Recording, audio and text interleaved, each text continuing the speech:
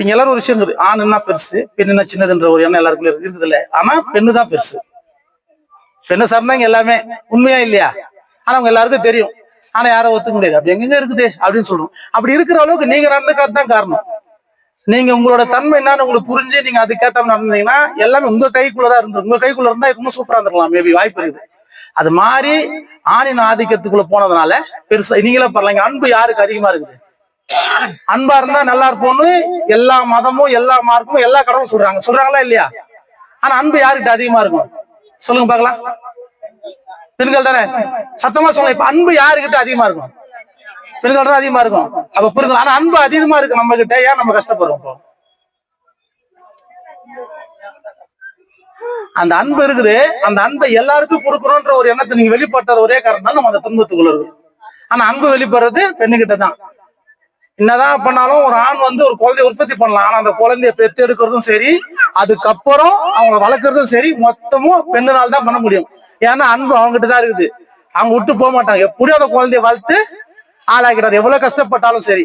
ஆணுக்கு அந்த தன்மை கிடையாதுனால அவங்களோட அதோட முடிஞ்சு போகுது அவங்களோட இது. அதனாலதான் பெண்ணுக்கு தான் ரொம்ப அன்பு அதிகம். அதனாலதான் தாய்மை குணம் அவங்க கிட்ட இருக்குது. அப்ப அவங்க நினைச்சா எவ்வளவு பெருசா பண்ண முடியும் பாருங்க. ஆமா, பெண்ணுகிட்ட பெண்ணுகிட்ட தான் இருக்கிற வீரியமான தன்மை அதிகம், அன்பும் அதிகம். ஆனா அதை நீங்க சரியா பயன்படுத்தணும். நம்மளால பிறருக்கு கொடுக்கணுன்ற எண்ணத்தை நம்ம சின்ன வயசுலயே கொடுக்குறதுன்ற ஒண்ணுமே கிடையாது. என்கிட்ட இல்லைன்னு நம்ம சொல்ல முடியாத ஒரு வார்த்தை, இந்த வார்த்தை நம்ம கிட்ட இருக்குது.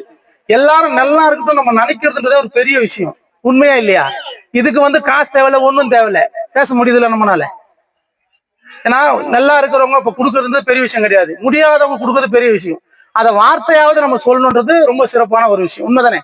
நம்ம எல்லாருமே இங்க ஒரு விஷயத்த பெருசா கத்துக்க வந்துடும், அன்புன்ற ஒரு விஷயத்த கத்துக்க வந்துருக்கிறோம். வேற எந்த காரணம் கிடையாதுங்க.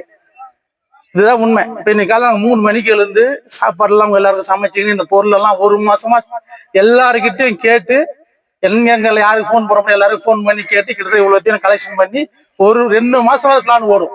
இப்ப நான் முடிச்சிட்டேன்னா இது முடிச்சோன்னு திருப்பி ஒரு வாரம் ஸ்டார்ட் பண்ணுவேன். திருப்பி இன்னொரு கிராமத்தை தேர்ந்தெடுக்கணும், திருப்பி அந்த கிராமத்தை நான் பொருள் கொடுக்கணும். இது எவ்வளவு பெரிய கட்டாயமான விஷயம். இது எப்படின்னா ஒரு வாட்டி ஒரு கல்யாணம் பண்ற மாதிரி, ஒரு வீடு கட்டுற மாதிரி, ஒரு தாய் குழந்தை பெற்றுக்கிற மாதிரி இந்த ஒரு நிகழ்வு. கிட்டத்தட்ட 20-25 பேரை கூட்டு வந்துருக்கிறோம். இவ்வளவு பொருளை கலெக்ட் பண்ணி எல்லாம் சரியா சேர்த்து அந்த நாள் வர வரைக்கும் வெயிட் பண்ணி அன்னைக்கு இருந்து ஃபுல்லா ரெடி பண்ணி காலையில எல்லாரையும் வர வச்சு எல்லாரோட ஏற்றின்னு திருப்பி இங்க வந்து பாத்தீங்கல்ல. இப்ப இதே போல ஒரு வாட்டி நடக்கும். ஒரு வருஷத்துல 12 வாட்டி இந்த நிகழ்வு நடக்கும். அது எப்படி இருக்கும் பாருங்க. ஆனா இதெல்லாம் சந்தோஷம் இருக்குது. இப்ப நாங்க எல்லாரும் பாக்குறோம்ல, இப்ப நீங்க எல்லாரும் பாத்தீங்கன்னா உயிர் தான், எல்லாரும் உடலா இருக்கிறோம். ஏன்னா நம்மளும் எனக்கு உங்களை என்ன வித்தியாசம் ஒண்ணு இல்லை.